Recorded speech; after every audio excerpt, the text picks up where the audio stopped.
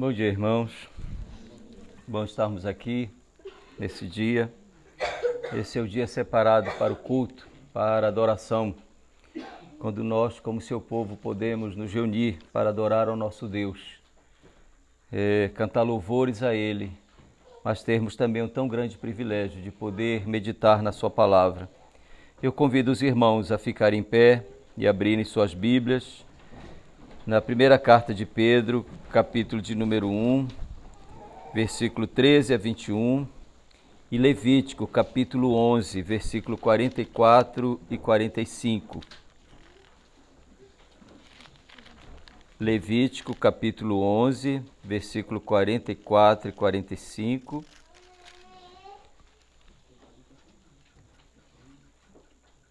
E 1 Pedro.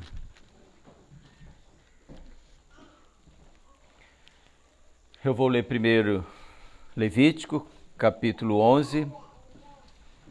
Os versículos que nós vamos ler, eu não vou expor os versículos, mas são versículos relacionados ao assunto que nós vamos estudar nessa manhã, que é sobre o atributo de Deus, a sua santidade. Eu vou ler, os irmãos acompanhem a leitura. Levíticos, capítulo 11, versículo 45, 44 e 45. Eu sou o Senhor vosso Deus, portanto, vós vos consagrareis e sereis santos, porque eu sou santo, e não vos contaminareis por nenhum enxame de criaturas que se arrastam sobre a terra. Eu sou o Senhor que vos faço subir da terra do Egito, para que eu seja vosso Deus. Portanto, vós sereis santos, porque eu sou santo. 1 Pedro, capítulo 1, versículo 13 até o 21, diz o seguinte: Por isso, cingindo o vosso entendimento, sede sóbrios e esperai inteiramente na graça que vos está sendo trazida na revelação de Jesus Cristo. Como filhos da obediência, não vos amoldeis às paixões que tinhas anteriormente na vossa ignorância. Pelo contrário, segundo é santo aquele que vos chamou, tornai-vos santos também, vós mesmos em todo o vosso procedimento. Porque escrito está, sede santos, porque eu sou santo.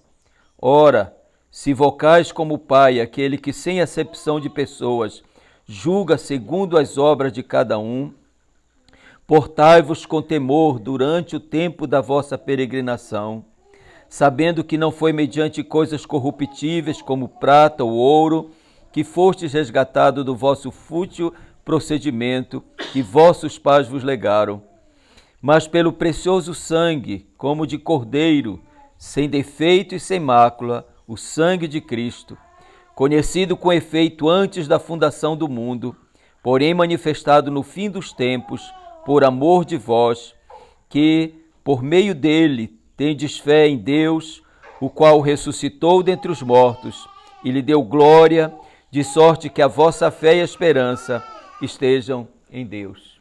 Vamos orar mais uma vez. Senhor nosso Deus, Deus bendito, santo, Deus único e verdadeiro, nós, nesta manhã, nos aproximamos de Ti para Te cultuar, para Te adorar, para bendizer o Senhor, o Teu santo nome, reconhecendo Tua grandeza, Tua majestade, reconhecendo o Teu domínio e soberania sobre tudo e sobre todas as coisas. Teu, Senhor, é o domínio, glória, majestade. Tu mesmo te exaltas sobre tudo e sobre todas as coisas. Nós vimos aqui, Senhor Deus, para cultuar ao Senhor, por intermédio de Cristo Jesus, nosso Salvador, nosso mediador, o mediador da eterna aliança, por meio de quem temos graça, perdão e redenção, e por meio de quem nós temos a vida eterna e a segurança de um dia estarmos para sempre com o Senhor no céu. Nós louvamos a Ti, Senhor Deus, por tão grande privilégio de podermos cultuar ao Senhor e também, Senhor Deus, mais uma vez de podermos ouvir da Tua palavra, dos Teus ensinos. Pedimos o Teu favor, pedimos que o Teu Espírito Santo ilumine o nosso entendimento, para compreender, entender e discernir as verdades reveladas acerca da tua pessoa nas Escrituras. E compreendendo, Senhor Deus, o Senhor mesmo incline o nosso coração para te amar, te temer, te servir com alegria, com gratidão e viver neste mundo para o louvor da tua glória. Seja conosco, perdoe os nossos pecados e nos abençoe. É o que nós te pedimos, oramos, em nome de Jesus. Amém. Poder sentar.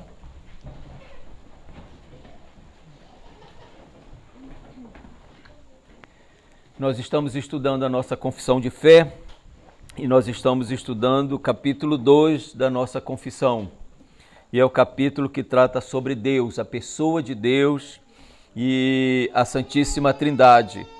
Nós estamos no parágrafo 1, a seção 1 e 2. Nós estamos estudando de uma maneira mais, digamos assim, naquilo que a confissão pode nos orientar para estudar sobre o ser de Deus, mas especificamente nós estamos estudando os atributos de Deus. Nós já estudamos uma parte sobre a existência de Deus, a sua autoexistência, sua imensidão, sua espiritualidade. Eu quero ler a seção de número 1 e o que nós vamos estudar hoje é mais um atributo de Deus, que é a sua santidade.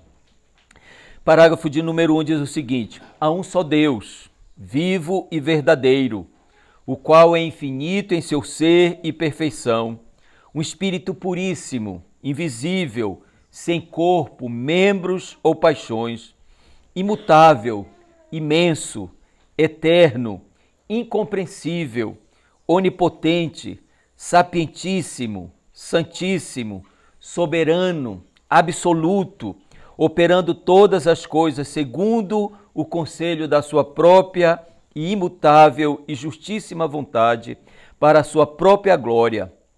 Amantíssimo, gracioso, misericordioso, longânimo, riquíssimo em bondade e verdade, perdoando a iniquidade, a transgressão e o pecado, é o galardoador daqueles que diligentemente o buscam, e sobretudo justíssimo e muito terrível em seus juízos, pois odeia todo o pecado e de modo algum inocenta o culpado.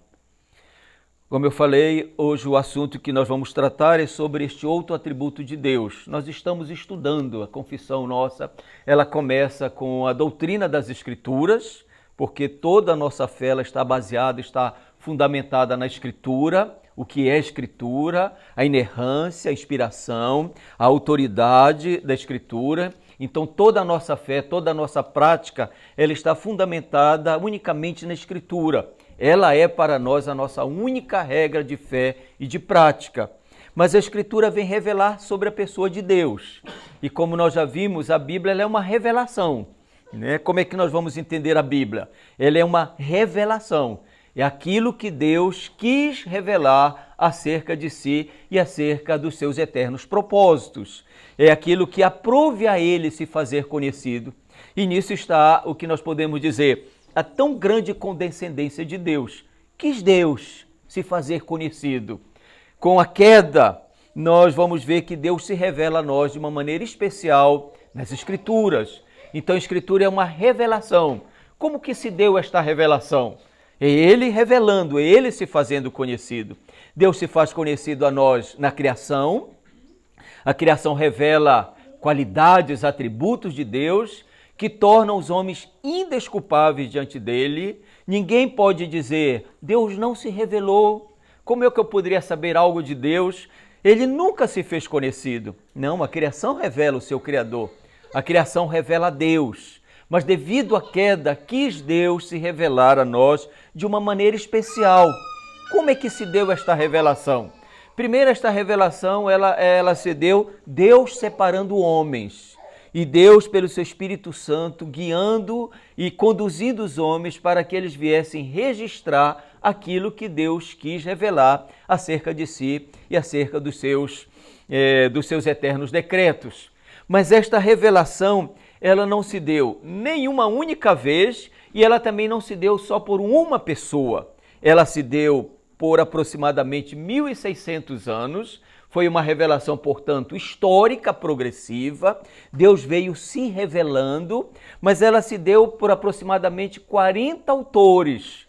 Todos eles, muitos deles, nunca se viram, nunca se conheceram e viveram em épocas diferentes, com habilidades, com qualidades diferentes, mas todos eles foram guiados pelo Espírito Santo para registrar somente aquilo que Deus queria que nós viéssemos conhecer acerca deles.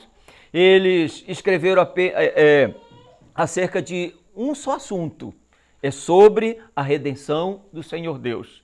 É aquilo que Deus, na eternidade, quis fazer para salvar pecadores. E então é uma revelação sobre os seus eternos propósitos. É aquilo que está na eternidade, mas que Deus quis revelar-se a nós para que nós viéssemos conhecê-lo. Esta revelação, ela fala de uma única pessoa, que é Cristo. Toda a revelação ela é sobre uma única pessoa, o Redentor, o Salvador. E toda a Escritura converge para esta bendita pessoa.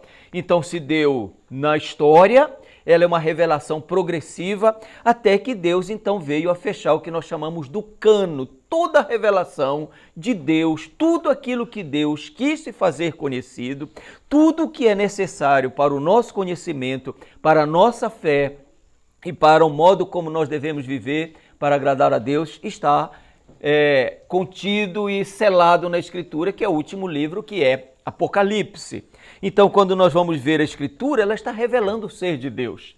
Ela está revelando a bendita pessoa de Deus. É uma revelação especial, né? Ela é de uma natureza espiritual. Por causa da queda, nós precisamos agora da iluminação do Espírito Santo para descortinar, para desvendar os nossos olhos, para que a gente conheça quem é o Deus que se revela a nós, para que a gente possa discernir a sua pessoa e fazer esta tão grande distinção daquilo que a Escritura diz e revela. Ele é o único Deus, ele é o único ser divino que subsiste em três pessoas, é um ser divino, uma única pessoa, um único ser, mas em tripla personalidade. Nós vamos adiante estudar sobre a Trindade, né? Deus é um só ser divino, mas em tripla personalidade. É assim que ele se revela, né? É assim que ele se faz conhecido a nós. Deus Pai, Deus Filho e Deus Espírito Santo. Mas esse Deus tem qualidades, ele tem atributos, e que ele revela esses atributos na sua palavra. E quando nós vamos ler as Escrituras, nós vamos ver e conhecer esses atributos, estas qualidades de Deus. E naquilo que ele se revela a nós, é claro, qual é o propósito?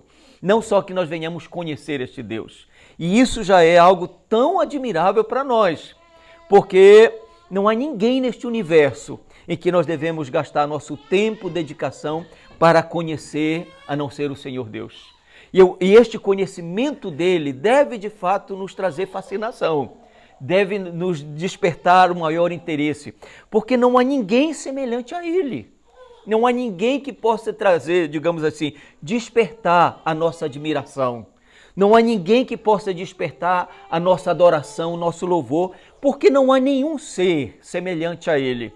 Naquilo que ele se revela a nós, nós podemos dizer, é suficiente. É só aquilo que ele quis se revelar. Entenda bem, a Escritura ela não é uma revelação exaustiva. O que significa isso? Não é tudo sobre Deus. É só aquilo que ele quis revelar-se a nós. Mas naquilo que ele quis ou naquilo que ele revelou a nós, é suficiente. É suficiente para que nós venhamos conhecê-lo, é suficiente para que nós venhamos crer em quem ele é, e é suficiente para que nós venhamos viver para o propósito que nós fomos criados, que é o seu louvor, a sua glória. Deus quis revelar somente isto, mas ela é tudo que nós precisamos para a nossa fé e é tudo que nós precisamos para nos conduzir. Como viver nesta terra? Como nos conduzir naquilo que nós afirmamos ser cristãos? Há para nós um parâmetro, há para nós uma regra ou princípios estabelecidos como nós devemos viver? Sim, a Escritura. A Escritura é para nós a nossa única regra, não só de fé, mas ela é a nossa única bússola, digamos assim, que nós temos como nós vamos andar neste mundo, como nós vamos nos conduzir. Então, os atributos de Deus, eles revelam a pessoa de Deus. E ele tem qualidades, atributos que o diferenciam, que só ele tem. Só ele tem algumas qualidades, alguns atributos. É o que nós chamamos de atributos incomunicáveis, que ele, somente ele tem e nenhum outro ser neste universo tem. Só ele é o Deus autoexistente, e isso significa dizer que só ele é o único ser que não depende de ninguém, que tem existência em si mesmo, que não depende de nada, que não depende de ninguém. Ele em si mesmo subsiste e vive de eternidade a eternidade. E o seu ser não sofre alteração. A sua pessoa não sofre alteração, porque ele é eterno. Ele não tem princípio, ele não tem fim.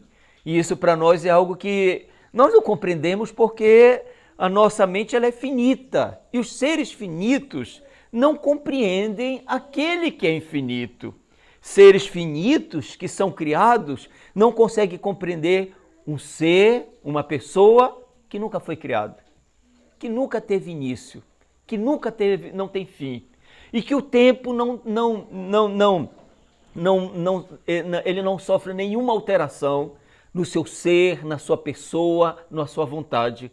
O tempo não altera, não muda nem para mais nem para menos. Ele continuará sendo o mesmo Deus de eternidade a eternidade. Mas ele é o único ser onipotente. Só ele tem todo o poder. Só ele faz todas as coisas conforme o conselho da sua vontade. E neste sentido, ele é soberano. É o único ser soberano. Ele, somente ele, pode fazer todas as coisas conforme lhe apraz, porque só ele tem a capacidade e o poder de realizar todas as coisas, as quais ele pensa, as quais ele imagina, as quais ele quer. Quando nós vamos ver a criação, ela revela um Deus onipotente pelo seu poder. E eu sempre, quando digo isso, nós deveríamos, imagine se eu e você estivéssemos lá na criação, né? Estivéssemos presentes lá, e a criação sendo realizada, Deus falando, e todas as coisas sendo realizadas. Ele falou e as coisas vindo sendo realizadas, criadas. Com certeza, eu e você, nós iríamos ficar fascinados. Quem é este? Ele é o único ser onipotente, mas ele é o único ser onisciente. Só ele sabe e conhece todas as coisas de uma maneira perfeita. Só ele conhece tudo e todas as coisas. Ele conhece os desígnios do coração, ele conhece os pensamentos, e isso é outro aspecto do ser de Deus, o atributo, naquilo que o salmista vai, ao pensar, ao meditar sobre Deus, o que é que ele pensa? O que é que ele diz? Tal pensamento é elevado demais para mim. Eu não consigo alcançar, e nós não vamos alcançar. Imagine ele saber de detalhes de tudo, de todas as coisas, tanto das coisas grandiosas, macros, quanto das coisas mínimas, minúsculas.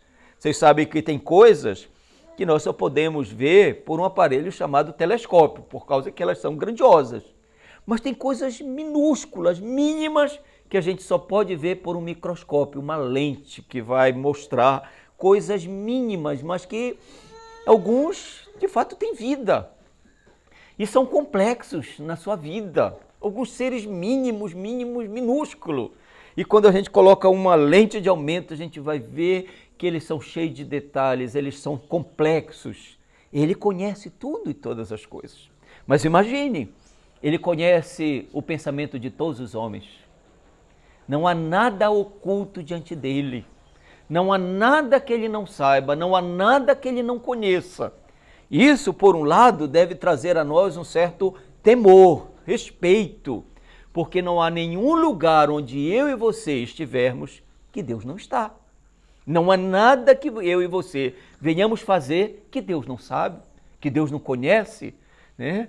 E não há nenhum lugar, por isso que o salmista diz, para onde é que eu vou me ausentar da face de Deus? Há um lugar onde eu possa me ausentar. Ele vai dizer, se subo aos céus, lá estás. Se faço a minha morada no mais profundo abismo, lá estás. Não há nenhum lugar neste universo onde Deus não esteja presente. E não há nada que ele não conheça. Ele é onipotente, ele é onisciente e ele é onipresente.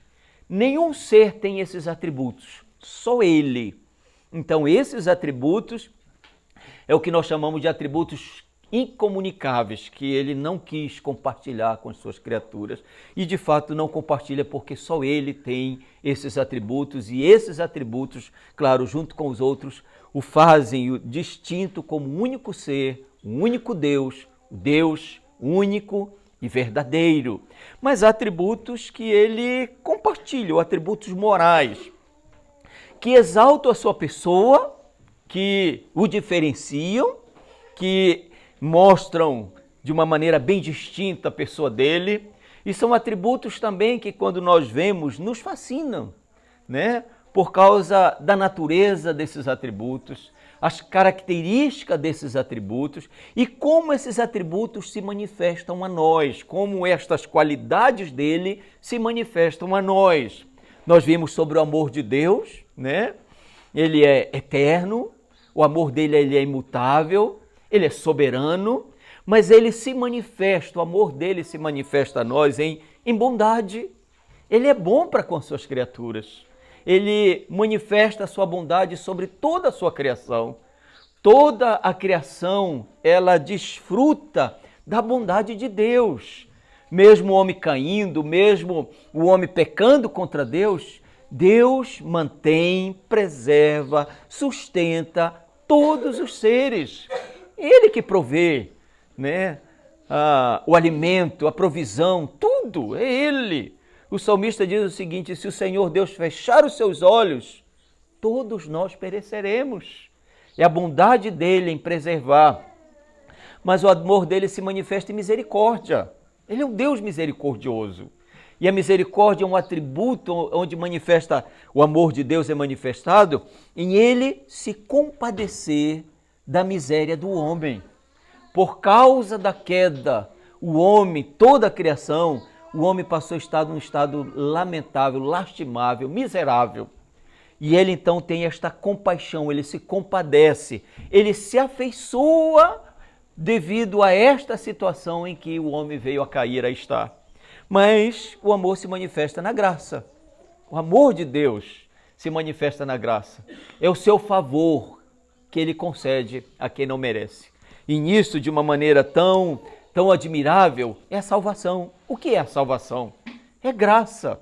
É o favor de Deus, é o amor dele manifestado para aqueles que não merecem. Mas quis ele conceder, salvar pecadores, indignos e merecedores. Mas há um atributo que de fato exalta a sua pessoa também, que é a sua santidade. A Bíblia vai revelar a nós que Deus é um Deus santo. E quando ela vai falar sobre este atributo, ela sempre vai mostrar como se este, é claro que todos os atributos são grandiosos ou exaltam a pessoa, mas alguns atributos Deus vem se identificar ou Deus vem se denominar por estes atributos. E a santidade é um dos atributos que o Senhor Deus tem, que exalta a sua pessoa e o diferencia de todos os seres criados, pois só Ele é infinitamente santo. Só Ele é infinitamente santo. De modo que quando nós vamos ver na Escritura, a linguagem humana ela é insuficiente para expressar este atributo, a santidade de Deus. Lembro lá de Isaías, os querubins, eles estão em volta do trono de Deus e estão dizendo: santo, santo, santo é o Senhor Deus. É o Deus santo que se revela na sua santidade e que a sua santidade, digamos, podemos dizer, ela permeia, ela domina todos os seus atributos. Ele na sua pessoa, ele é santo. E lá em Apocalipse também nós vamos ver eles proclamando, dizendo: santo, santo é o Senhor, Deus Todo-Poderoso, que é, que era e que há de vir. São os seres angelicais na presença desse Deus e dizendo que Ele é o único ser divino, Santo, santo, santo e todo-poderoso. Todos os atributos do Senhor Deus são perfeitos. Todos os atributos exaltam a pessoa dele, exaltam a sua pessoa e glorificam de modo admirável quem ele é. Todos os atributos. E a gente sabe de uma maneira bem prática, né? As qualidades que uma pessoa tem, né? E no sentido das qualidades positivas, a gente vai, digamos assim, reconhecer algo nela e vai ver, né, ou até tributar, digamos assim, entenda bem, né, admiração, louvor por aquilo que essa pessoa tem de qualidade. Quando nós vamos ver do Senhor Deus, é infinitamente. Ele é santo e esses atributos dele, todos os seus atributos, o tornam glorioso, admirável por quem ele é. Ele é o único Deus, glorioso em seu ser e glorioso em todas as suas obras.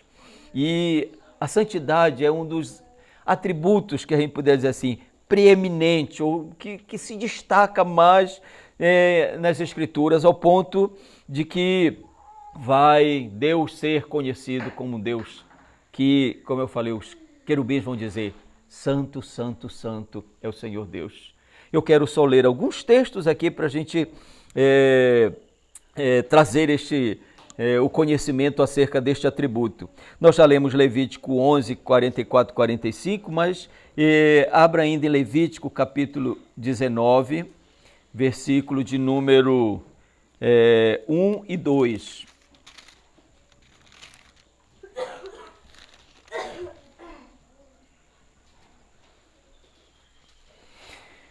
Disse o Senhor a Moisés, fala a toda a congregação dos filhos de Israel e dize-lhes, santos sereis, porque eu, o Senhor, vosso Deus, sou santo.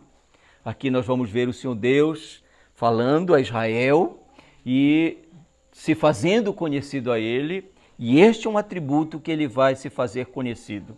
Ele vai, na relação da aliança, ele vai dizer que ele é o Deus Santo.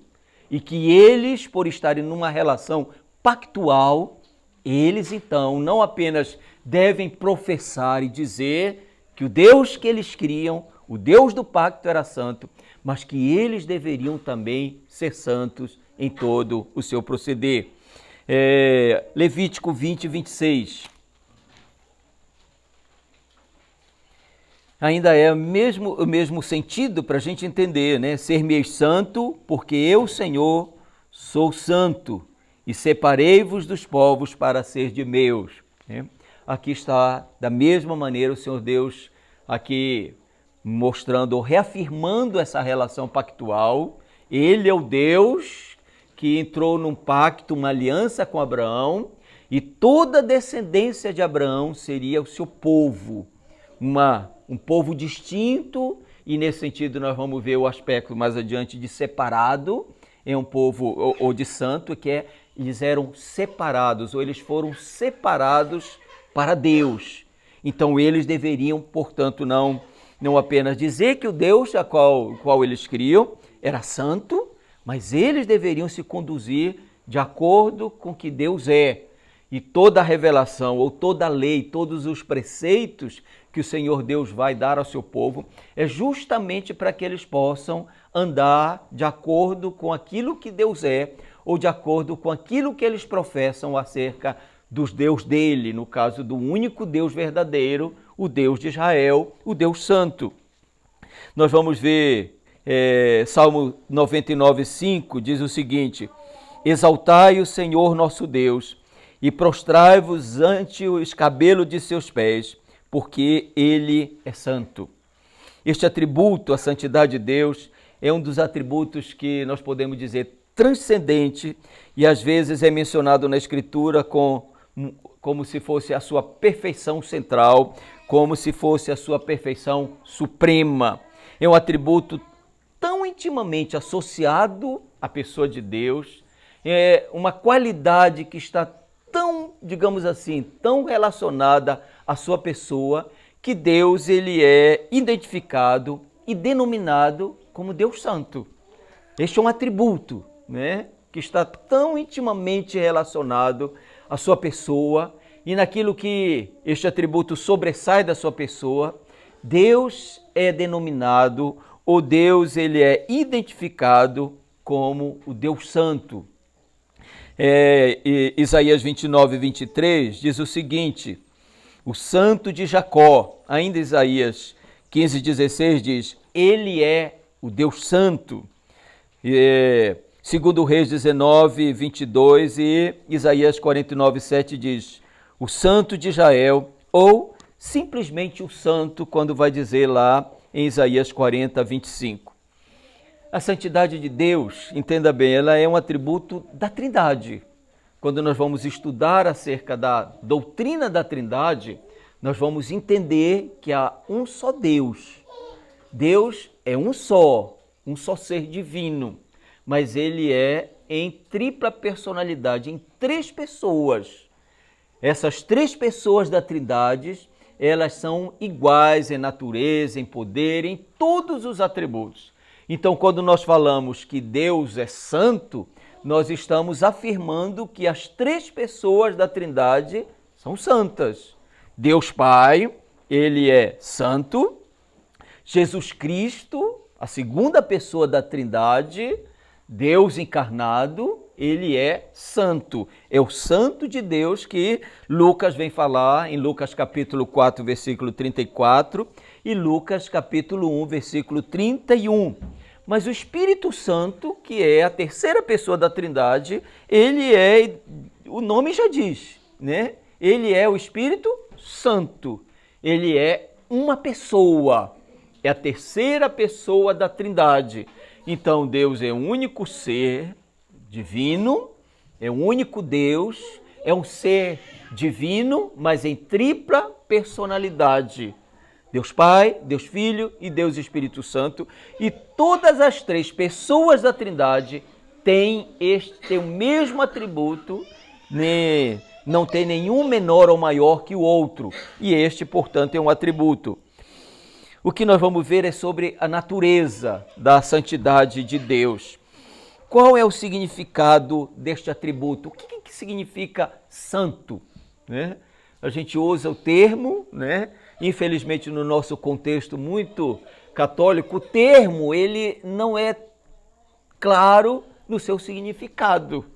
E naquilo que é aplicado, ele não tem esse significado que muitas vezes se usa. Mas qual é o significado deste atributo? É óbvio, claro, que a palavra santo, ela normalmente está associada a uma questão moral, mas, entretanto, o significado, quando se fala acerca de Deus, ela é muito mais amplo, ou ela vai além, né? E nesse sentido nós vamos ver que quando fala de santo, tem 2 significados quando se usa para Deus, né? Um não tem implicação moral, claro, com relação a Deus, mas também com relação às outras coisas. Mas nós vamos ver 2 significados quando se fala acerca dessa palavra para Deus ou deste atributo para Deus. A palavra hebraica para santo, ela vem da palavra kadosh, que deriva-se da raiz kad, que tem o significado de cortar, separar. Então a palavra ela tem uma origem de quê? De separar, cortar, separar. E, portanto, quando nós usamos a palavra santo, nós estamos dizendo no primeiro sentido que é separado. Entenda bem. No primeiro sentido para Deus é que Deus ele é o único ser, que ele é distinto, separado de todas as suas criaturas e exaltado acima delas em majestade e glória. Então, primeiro, separado, né? Aí nós vamos ver que esse sentido, um dos sentidos, não tem conotação moral. Quando nós vamos ver, por exemplo, alguns utensílios do templo, eles eram santos. Então, o que significa dizer isso? É que eles foram separados do uso comum, do uso ordinário, para um uso exclusivo para Deus. Então, neste sentido, eles não têm, digamos assim, neles uma implicação moral. Estes elementos ou esses utensílios, como a pia, como todos os utensílios do templo, né? Só para a gente entender, eles foram chamados santos, por quê? Porque eles foram tirados do uso comum, separados para o uso exclusivo de Deus. Então esses utensílios são santos por causa da relação deles agora com o Senhor Deus, que ele tem um fim, digamos assim, religioso. Israel era santo, né? Ele é separado para ser seu povo, no sentido da relação com os seres pessoais. Os anjos são santos, os crentes são santos, eles são separados para Deus. Os utensílios do templo, eles são santos, Deus os separa. Então, quando nós vamos ver acerca da pessoa de Deus, quando nós afirmamos que Deus é santo, o primeiro sentido que nós devemos ter de que ele é um ser único, distinto de todos os demais e, portanto, separado, exaltado, acima de todos os seres criados. Ele é infinitamente distinto de todos os outros seres, separados de todos os outros seres. E nesse sentido, ele é a santidade absoluta, perfeita, e ele é a fonte de toda a santidade. Então, o primeiro sentido, né, que Deus na sua pessoa, ele é um ser distinto e, portanto, separado de todos os outros, infinitamente separado de todas as suas criaturas. Mas o outro sentido de santo tem a conotação moral, e nisso significa que ele na sua pessoa, na sua essência, como pessoa, como ser, nele não há pecado, não há erro, não há mal nenhum moral. Ele é separado de todo pecado, erro ou injustiça. Ele no seu ser, no seu caráter, ele é perfeito. Não tem nenhuma, digamos assim, nenhuma injustiça, nenhum erro, nenhum mal moral. E em virtude da sua santidade, ele não pode ter comunhão com o pecado. A sua natureza, ela não tem como ter comunhão com aquilo que está contra a sua própria natureza dele ser santo. Ele não tem comunhão com o pecado, ele não comunga com a injustiça, ele não comunga com o erro, porque o seu ser não tem como, digamos assim, numa linguagem para entender, aceitar.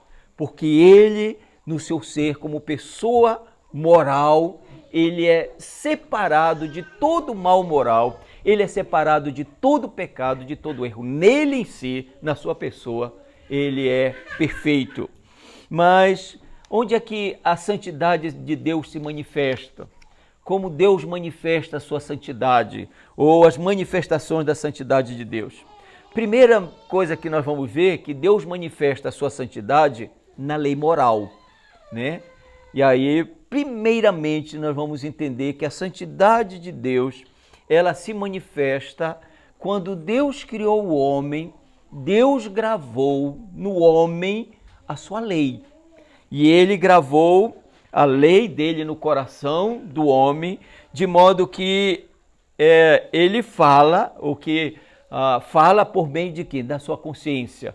Então, só para entender, quando Deus criou o homem, Adão, e ele gravou no coração de Adão e de Eva a sua lei. Ele gravou e a sua consciência, ele tinha consciência de fato da vontade perfeita de Deus. Só para a gente entender, se não houvesse queda, só para entender, né? Se não tivesse havido pecado, nós não precisaríamos de uma revelação especial. Nós não precisaríamos da Bíblia, assim como nós não vamos precisar da Bíblia no céu. Por quê? Porque a lei de Deus estaria gravada perfeitamente no coração do homem e ele responderia em uma obediência perfeita àquilo que Deus gravou no seu coração, na sua natureza. Ele não teria uma indisposição para Deus. A lei e toda a revelação da criação seria suficiente para o homem viver para o propósito que ele foi criado, a sua glória. Mas o que aconteceu? A queda tirou o homem desta condição de perfeição. Mas isto não significa dizer que a lei não ficou gravada. A lei ficou gravada e, portanto, ele foi criado, o homem foi criado com esse sentimento, digamos assim, inato do que é certo e do que é errado. Todos os homens têm uma consciência. E essa consciência é, de fato, Deus gravando a sua lei e identificando, ou o homem sabendo o que é certo, o que é errado. Embora o pecado tenha afetado todo ser humano, todos os homens, todos têm uma consciência que o acusa ou defende. Todos têm uma consciência que diz o que é certo, o que é errado.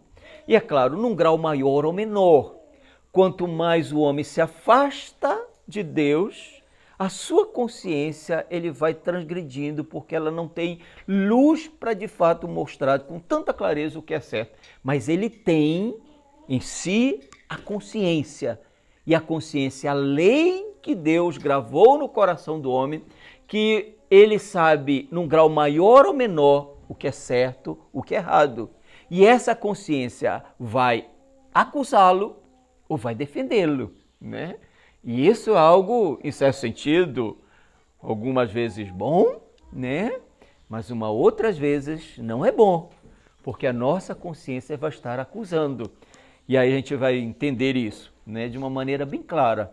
É possível que você faça alguma coisa, né? E alguém viu, e você vai e nega. Você diz, eu não fiz. Mas você sabe que tem uma luzinha vermelha lá dizendo, você fez, você fez. A nossa consciência acusa. Mas pode ser o contrário, que você não tenha feito e alguém vem e diga que você fez.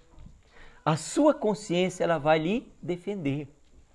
Pode todo mundo dizer que você fez, mas você tem uma consciência que vai dizer você não fez. E isto lhe dá uma certa paz, digamos, no coração. Você não fez.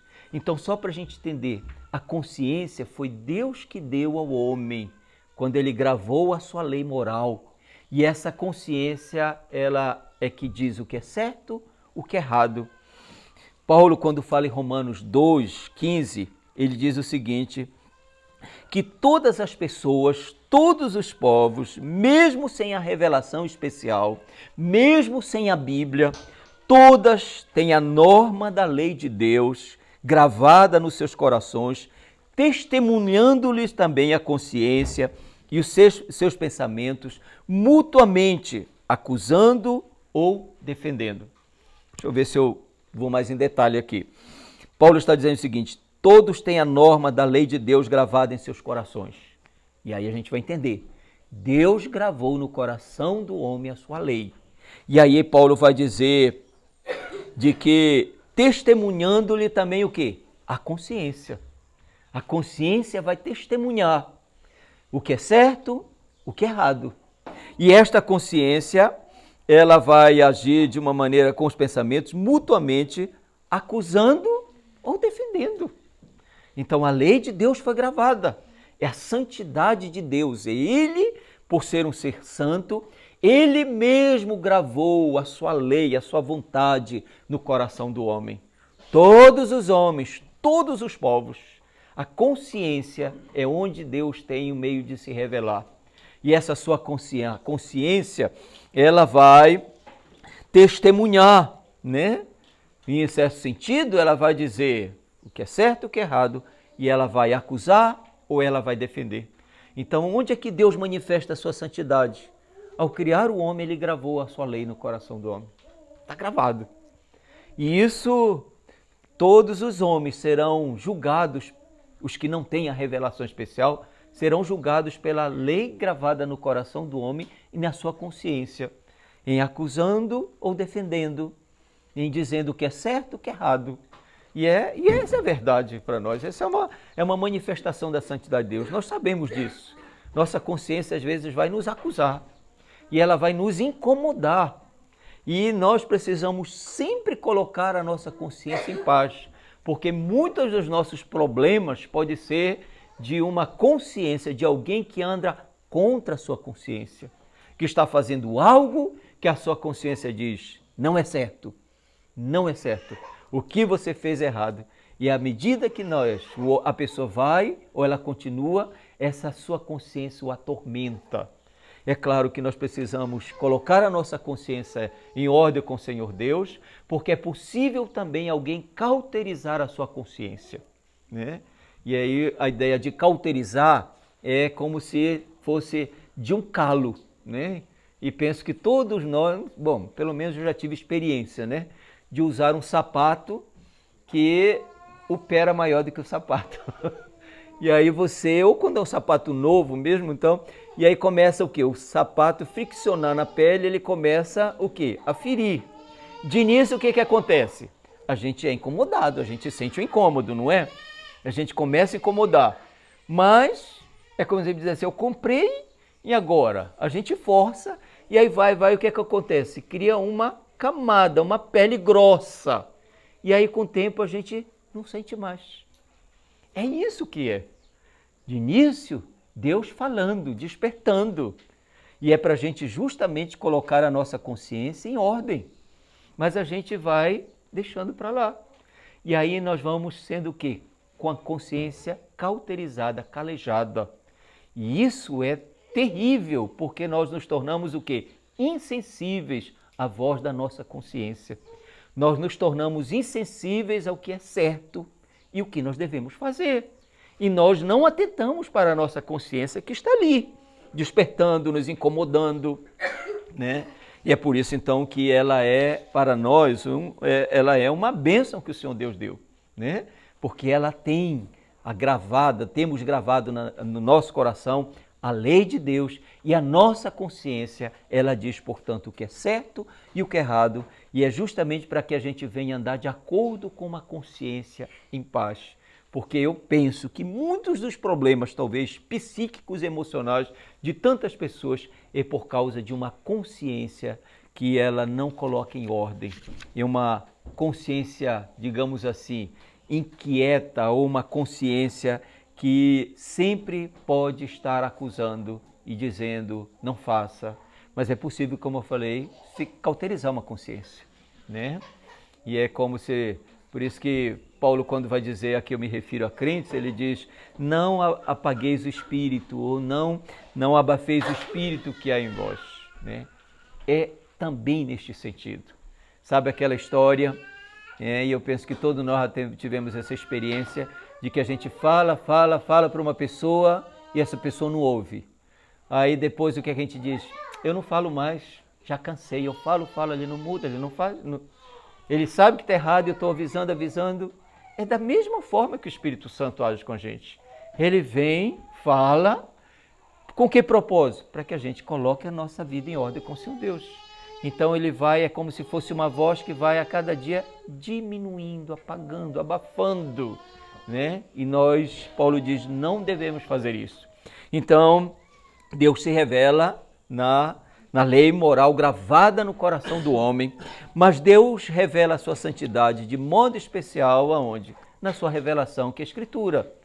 Nós sempre vamos ver a Escritura e a revelação acerca de Deus. E é onde nós vamos ver que este atributo é revelado na Escritura. A Bíblia revela um Deus santo, um Deus infinitamente distinto e separado de todos os seres criados, e aí nós vamos associar a sua autoexistência. Se ele não quisesse criar nada, ele seria Deus de eternidade a eternidade. Ele não criou nem os anjos, nem os homens, nada neste universo por uma necessidade ou para completá-lo. Ele quis. Nós não somos autoexistentes. Nós dependemos da vida de Deus, nós dependemos da sua providência, nós dependemos constantemente, diariamente dele. E nós, em nós mesmos, nós precisamos de quem? Dos outros. Para, digamos assim, os outros nos completam, nos tornam felizes, né? Só para entender. Mas Deus não. E ele, no seu ser, ele por ele ser Deus autoexistente, ele no seu ser é santo. Ele, portanto, é distinto de todos os outros seres. E é isso que a Escritura vai nos revelar. Um Deus santo. Onde é que Deus manifesta a sua santidade? Na sua revelação. ele revela-se a nós como ele de fato é. E é por isso que também nós vamos entender que a Bíblia não é um livro de escrito humano somente. Ela é escrito humano, mas a mente não é do homem. Só para a gente entender. Porque vamos ver, como é que deu a revelação? E é onde alguém vai sempre usar o falso argumento. Eu não posso crer na Bíblia porque a Bíblia é um escrito de homens. Sim, ela é escrito de homens, mas a mente, a revelação não é de homens. Porque nenhum homem iria por si mesmo, entenda bem, escrever, falar sobre Deus do modo como a Bíblia fala sobre Deus. Somente Deus guiando e revelando, melhor dizendo, revelando-se a esses homens e eles registrando aquilo que Deus estava revelando a eles. O registro é de homens, mas a mente, a revelação não é de Deus, não é de homens. Lembra o que Pedro vai dizer, né? Que a nossa fé, digamos assim, ela não está baseada em quê? Em elucidação humana. Ela não é fundamentada numa mente humana, o homem que pensou, que imaginou, e ele então escreveu sobre esse Deus. Está fora. Jamais o homem iria falar sobre Deus. Pode olhar os deuses dos povos. Como é que eles registram os seus deuses? Semelhante a quem os seus escritores são. Mas há um Deus que transcende. E naquilo que ele se revela a nós, ele revela que ele é o único ser e ele é santo. Tanto no sentido de separado, distinto, mas no sentido moral. Ele no seu ser não tem imperfeição, ele não tem erro, ele não tem pecado, ele não tem nenhum mal moral. E isso ele revela a nós também, na revelação especial, em tudo que ele mostra nas Escrituras, mas de modo na revelação da lei moral escrita. Entenda bem, no homem, quando criou, ele gravou a lei. Por causa da queda do pecado, o homem agora não tem mais esta condição de andar de conformidade com a lei. Mas Deus então revelou de uma maneira o que especial a sua vontade. A lei moral de Deus revela o caráter de Deus. Ele é santo. E o que ele revela é a sua vontade santa para quem? Para toda a raça humana e de modo especial para o povo pactual, tanto da igreja do Antigo quanto da igreja do Novo Testamento. Então nós vamos ver, Deus, a sua lei revela a sua vontade santa. Ele é santo, sua vontade é santa, é perfeita, é boa. Uma lógica bem simples, né? Ele diz, não matarás. O que ele está fazendo aí? Ele está mostrando que nós devemos preservar o quê? A vida. Ele está dizendo que a vida é preciosa. Ele diz, não roubarás. Ninguém gosta de ser roubado. Ninguém gosta. Ninguém gosta. Então é algo bom, é santo, é para o nosso bem, né? Ele vai mostrar a sua vontade. Ele diz, não adulterarás. Porque ninguém gosta de ser traído. Ninguém gosta. A fidelidade é algo que é bom para nós. Imagine todo o relacionamento de um relacionamento de fidelidade. Isso é bom, só para mostrar que a vontade dele ela é boa. Paulo vai dizer que a lei do Senhor Deus ela é boa, é justa, é santa. Lembra Paulo falando, o problema não é a lei, o problema somos nós, por causa da queda. Mas ele revela a sua vontade boa, perfeita. Por causa da queda, nós agora não temos mais condições de obedecer perfeitamente a sua lei. Nós não temos mais condições de andar de uma maneira perfeita, porque em nós ainda, e no caso de crentes, habita ainda o pecado, ainda está presente. É uma guerra, né? E é uma guerra onde a gente deve a cada dia fazer morrer o que? A nossa velha natureza. Cada dia é mortificar, porque senão... É como se a gente pudesse dizer assim, vai ressuscitar, né? A ideia que a gente sempre deve, pelo menos uma ideia que eu penso que eu lendo um dos comentários do Lloyd Jones, ele diz o seguinte, veja o pecado como hóspede na sua vida, mas como hóspede não bem-vindo. Ele está lá, mas ele não é bem-vindo. Não sei se a gente pode... Imagine alguém na sua casa e que você diz, você não é bem-vindo aqui, né? E o camarada não quer sair de lá. Que situação, né? você não é bem-vindo aqui, mas eu não quero você aqui, mas ele não quer sair. É desta maneira, ele está presente, ainda habita, não é mais o dono da casa, né? Talvez a gente pudesse dizer assim, imagina você comprou a casa e o antigo dono agora quer ficar lá. E ele quer ir embora e você diz, olha, você não pode mais ficar aqui, vai embora. Mas é só para entender, não é mais bem-vindo, é uma luta, né?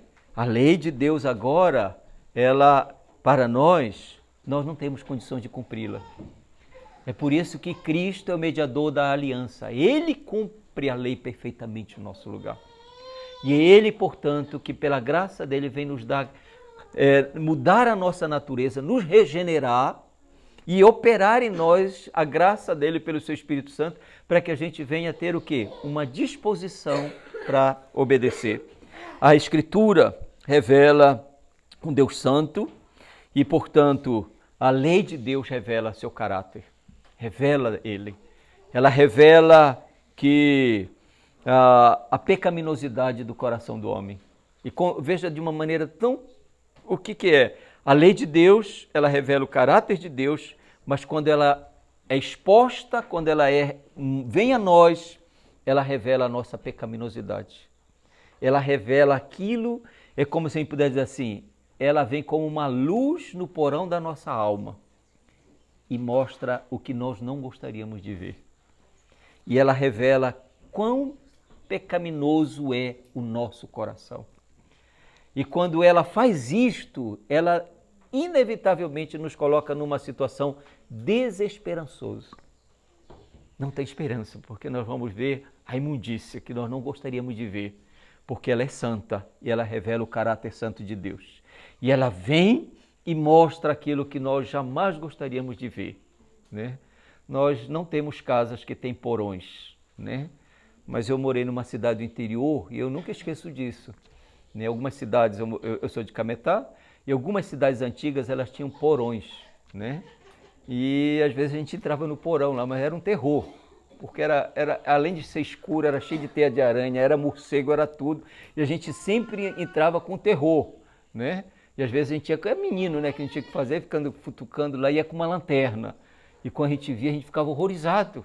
É só para a gente ter uma ideia, muito pálida. É assim que a lei de Deus vem. É a luz que vem e mostra no nosso coração. E a gente pergunta, como é que eu posso ser limpo? Como é que isso pode sair do meu coração? A lei vai dizer, eu não posso. Mas ela aponta para quem? Para Cristo. Ela, aquilo que Paulo vai dizer, ela é o pedagogo, é o aio, é o professor que vai conduzir para Cristo. Creia nele. Ele pode limpar o seu coração, pode purificar e tirar todas as teias de aranha e pode tirar tudo aquilo que está oculto no seu coração. A lei de Deus revela esse caráter santo de Deus. Revela a nós um Deus santo, perfeito. E nesse sentido, nós vamos ver que quando Deus fala para o seu povo, ele fala numa relação pactual. Ele é santo e, portanto, o que ele quer que o seu povo seja? Santo. E aí nós vamos ver os dois aspectos também da palavra santo. Quando ele fala para Israel, o que ele faz com Israel? Ele separa para si Israel. Então esse é o primeiro sentido na sua relação com o seu povo, no sentido de que Israel é santo, ele é separado para si. Da mesma maneira somos nós, a igreja, no Novo Testamento. Nós somos o quê? Separados para Deus. Deus nos separa. Pedro, quando vai falar, ele vai usar a mesma expressão. Ele diz, nós somos agora raça eleita, sacerdócio real, povo de propriedade exclusiva de Deus. Então ele vai dizer, nós agora, Deus nos separou. É uma separação espiritual, né? Deus nos chama e nos separa para si. E esse é o sentido de santo, né? E esse é o sentido que nós vamos ver nas Escrituras. Paulo escrevendo aos santos em Corinto, aos santos em Éfeso. Esta é a compreensão que nós temos. Eles foram separados para Deus. Como todo crente, ele é separado, tirado do mundo e agora ele pertence a Deus. Mas tem um outro aspecto moral, né? Que Deus não apenas nos separa do mundo, mas ele nos regenera e ele opera em nós uma nova vida, e onde se começa na vida do crente o que nós chamamos de processo de quê? De santificação. E aí sim tem o sentido santo, no sentido moral, é que agora nós, a cada dia, pela graça de Deus, devemos viver separados do pecado. Como eu falei, o pecado está em nós, ainda habita em nós, não tem mais domínio, mas ele ainda está lá. É como se a cada dia nós vivêssemos isolando esse hóspede, você fique lá e eu para cá. Nós somos inimigos, ainda vamos estar nessa inimizade até a morte. Morrer é o triunfo final, né? Mas isso não significa dizer que é um triunfo para lá, só no final. A santificação, ela é um processo que se dá, onde Deus, pelo seu Espírito Santo, vai tirando de nós o apego nosso do pecado. Ele está tão enraizado, tão entranhado, que a gente precisa cada dia estar tirando este apego e nos separando dele. E neste sentido significa dizer, naquilo que o Senhor Jesus diz, nós estamos no mundo, mas nós não somos do mundo. O que significa dizer isso? Que nós estamos a cada dia sendo conduzido por uma mente, por uma perspectiva não deste mundo. Não somos mais. Nós não pensamos mais como as pessoas do mundo. Nós não somos mais conduzidas pela mente natural do homem decaído. Nós somos agora conduzidos o quê? Pela palavra de Deus, que guia e que todo o nosso viver, ele é governado pela Escritura. E é o que Paulo vai dizer lá em Romanos 12. O que é que ele diz? Não vos conformeis com o presente século. Ele diz, não, e Paulo vai dizer, não se amolde a este presente século. Não deixe que a mente e o viver de vocês seja conduzido por este século, por esta perspectiva de vida sem Deus. Mas ele vai dizer, mas transformai-vos pela renovação da vossa mente. E essa é a santificação, onde nós vamos ver Deus na sua relação com o seu povo, tanto no Antigo quanto no Novo, é uma relação de santificação ou de separação. Ele é santo e o seu povo deve ser santo. Em outras palavras, o seu povo deveria viver, se conduzir, pensar de acordo com aquilo que ele diz para eles. E é o que eu falei. E o que ele diz é ruim? É bom. O salmista diz, em guardar os teus mandamentos era o grande prazer dele. E em guardar, ele diz, há grande o quê? Recompensa. Nós vamos viver bem nesta terra. Nós vamos viver mais felizes, porque quanto mais santo formos, mais felizes nós vamos ser. Porque nós passaremos a, digamos assim, ter ou desfrutar mais e mais daquilo que está para o caráter de Cristo. Meus irmãos, mas Deus manifesta a sua santidade na pessoa de Cristo. E é em Cristo que é a maior manifestação, digamos assim, é onde nós vamos ver o Deus Santo encarnado. A santidade de Deus revela-se especialmente na vida de Jesus e na sua morte expiatória na cruz. Quer ver a santidade? Deus é santo. Olhe para Cristo. Olhe para a pessoa de Cristo. É Deus encarnando e Deus manifestando de uma maneira tão perfeita, tão admirável, que Ele é santo. Que ele é distintamente separado de todo mal, de todo pecado. Nós vamos ver que ele foi homem como nós, mas ele não conheceu, não praticou pecado. Ele foi tentado como nós, mas sem pecar, não pecou. Jesus obedeceu perfeitamente e plenamente à lei de Deus e nele não houve falta ou mancha alguma. E eu penso que a prova tão final para isso é a crucificação dele. Depois eu vou falar de outro aspecto, mas é a morte dele ou a condenação dele. Nem os judeus, nem os romanos acharam nele nenhuma culpa. Nem os judeus acharam nele dizer, ele transgrediu um tio, uma vírgula da lei de Deus. Não acharam. Os romanos não acharam. Então ele obedeceu perfeitamente a lei. Isso deve nos levar então a uma questão. Se ele não foi achado nenhuma culpa, nenhum pecado, nem pelos judeus e nem pelos romanos, e a morte da cruz era uma morte para criminosos, para faltosos com a justiça, então por que ele morreu? Por que ele morreu? E olhe sempre nesse aspecto, não olhe a crucificação com sentido de dó. Que dó! Olhe, se ele não cometeu nenhum crime, se ele não cometeu nenhum pecado, então ele não está morrendo pelo pecado dele. Ele está morrendo pelo pecado dos outros. Ele está substituindo os outros. Ele está sendo levado para ser punido não pelo seu pecado, pela sua culpa, mas ele está sendo levado para ser julgado, punido pelo Senhor Deus, por ser Deus um Deus santo. Ele inevitavelmente, ele odeia o pecado. E é onde nós vamos ver Paulo dizendo, aquele que não conheceu o pecado, Deus o fez pecado. É ali que nós vamos ver a santidade de Deus.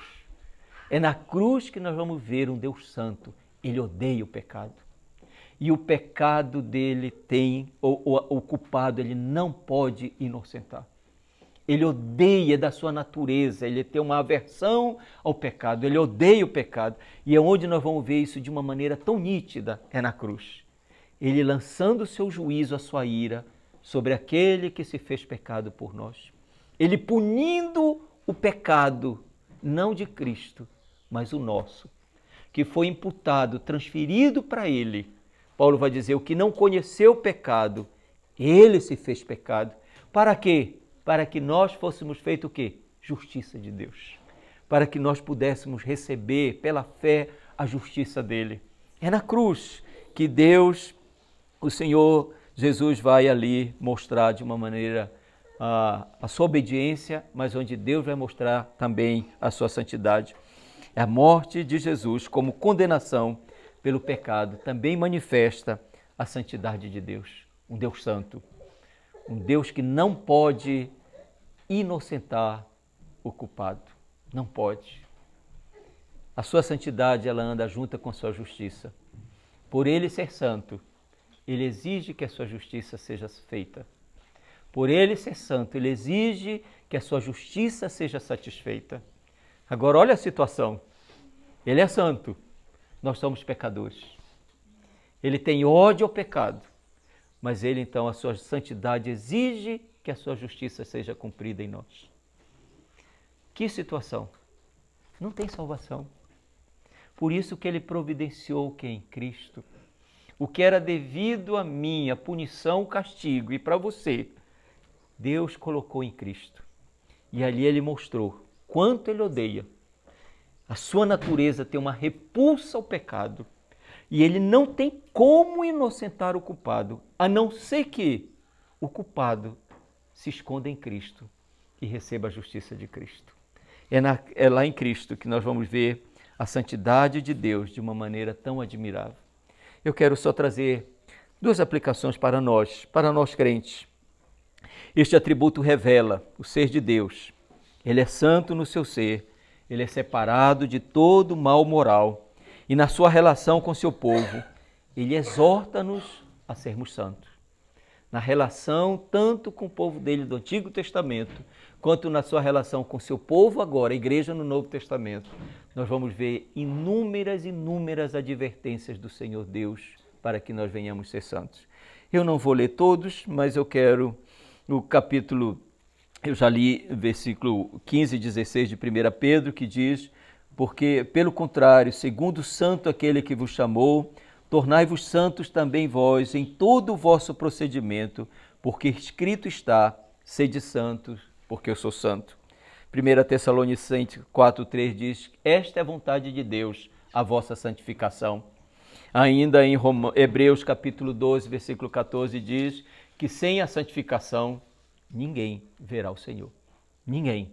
Ele não deixa nenhuma alternativa, alguns ou talvez alguns. Ele diz, sem a santificação ninguém verá o Senhor. Porque ele é santo.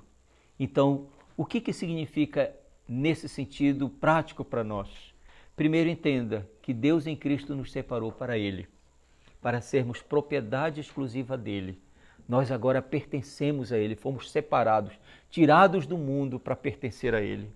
Isso deve trazer a nós motivo de gratidão. É incompreensível. É incompreensível. Como quis Deus nos separar para si? Como quis Deus nos tirar do mundo para pertencer a ele? Isso é incompreensível. E isso sempre vai nos reportar para onde? Para a sua admirável graça. Porque nós vamos ver, não havia e não há nada em mim que pudesse ele me separar para si. Mas essa separação não é apenas uma separação espiritual, é uma separação que ele opera em nós, no nosso coração. De cada dia nós nos separarmos do pecado que ainda habita em nós. Veja o pecado como hóspede, que você não quer mais, que você quer fazer tudo para se livrar dele. E você vai viver uma vida tirando cada dia a sua relação, seu apego com ele. Isto é a obra da santificação. É uma obra operada pelo Espírito Santo. Não tem fim nesta terra. Ela tem graus, ela é progressiva, ela aumenta, mas ela não tem fim. Nós só vamos ser perfeitos, perfeitamente santos, só no céu. O crente mais santo nesta vida, ele sempre vai se ver o mais vil pecador.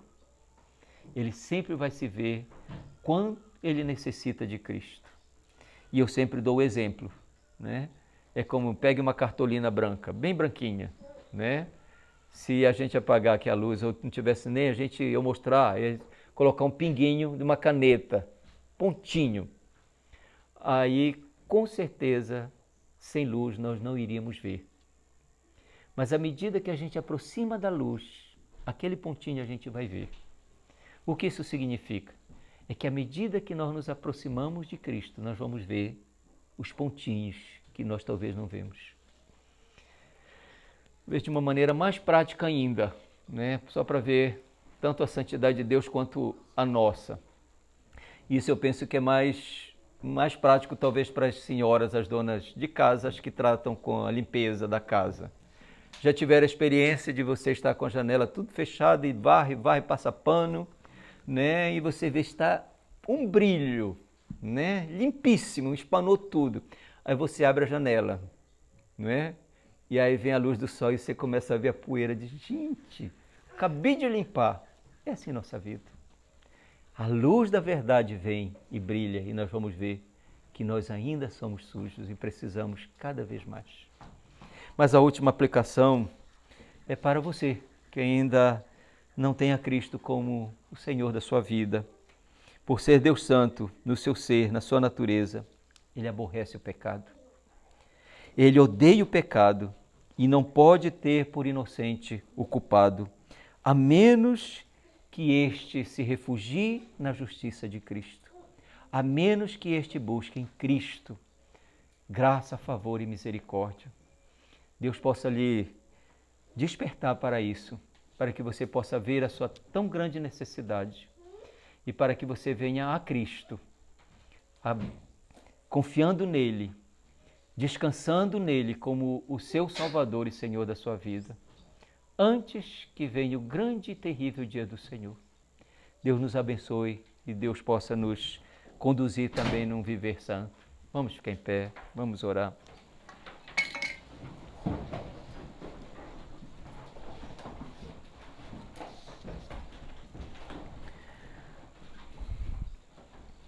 Senhor, nós ouvimos verdades acerca da Tua bendita pessoa. Meditamos sobre este Teu atributo tão glorioso, que é a Tua santidade. Tu és santo, Tu és infinitamente distinto e separado de todos os seres. Mas Tu no Teu ser, Tu és perfeito, não tem nenhum erro, nem justiça, nem pecado. E Tu na sua relação com Teu povo, o Senhor nos chama para sermos santos. Ó Senhor, ilumina os nossos olhos para conhecer cada dia mais a Tua bendita pessoa e opera no nosso coração de tal maneira que venhamos viver neste mundo separados para Ti. Concede-nos graça, poder pelo Teu Espírito Santo, para que a cada dia o pecado que ainda habita em nós, o nosso apego, o nosso desejo, interesse, a cada dia seja afastado, seja separado. Nos santifica a cada dia, para que o dia que viermos estar com o Senhor para sempre, nós possamos, ó Deus, desfrutar de uma maneira tão perfeita. Há uma luta no nosso coração. O anelo tão grande do nosso coração é o que podemos dizer: quando é que nós não vamos pecar? Só naquele grande dia, quando estivermos com o Senhor, pecado não habitará mais em nós, o mundo não mais nos sediará, e nem o diabo estará nos tentando para nos afastar de Ti. Ó Senhor, nós anelamos este dia, porque é em Cristo que nós vamos ver a plenitude e a perfeição da obra da redenção de uma maneira plena, completa na nossa vida. Mas enquanto estamos nesta terra, nos ajuda a viver de uma maneira temente e piedosa a Ti, Senhor Deus. Suplicamos Tua graça e Teu favor. Aplica a Tua palavra ao nosso coração. É o que pedimos, oramos, em nome de Jesus. Amém. Deus abençoe a todos. Até a noite.